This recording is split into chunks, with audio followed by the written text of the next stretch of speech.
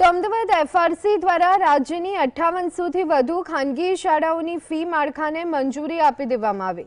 વાલીઓ હવે શાળાઓની અધિકૃત ફીની વિગતો ઓનલાઈન પોર્ટલ અથવા ડેસ્કબોર્ડ પર ચેક કરી શકશે।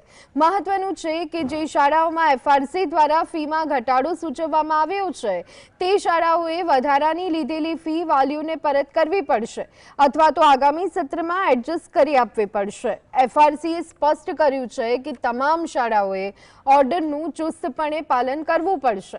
જો કે બીજી તરફ એવી પણ શક્યતા સેવાઈ રહી છે કે કેટલીક મોટી શાળાઓ ફી ઘટાડાના આદેશ સામે ઉચ્ચ સ્તરે અપીલ કરી શકે છે।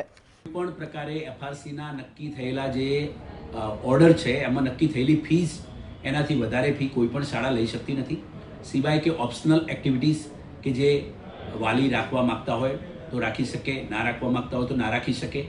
એટલે એફઆરસીમાં નક્કી થયેલી ફી ઉપરાંત કોઈ ફી લઈ શકાતી નથી।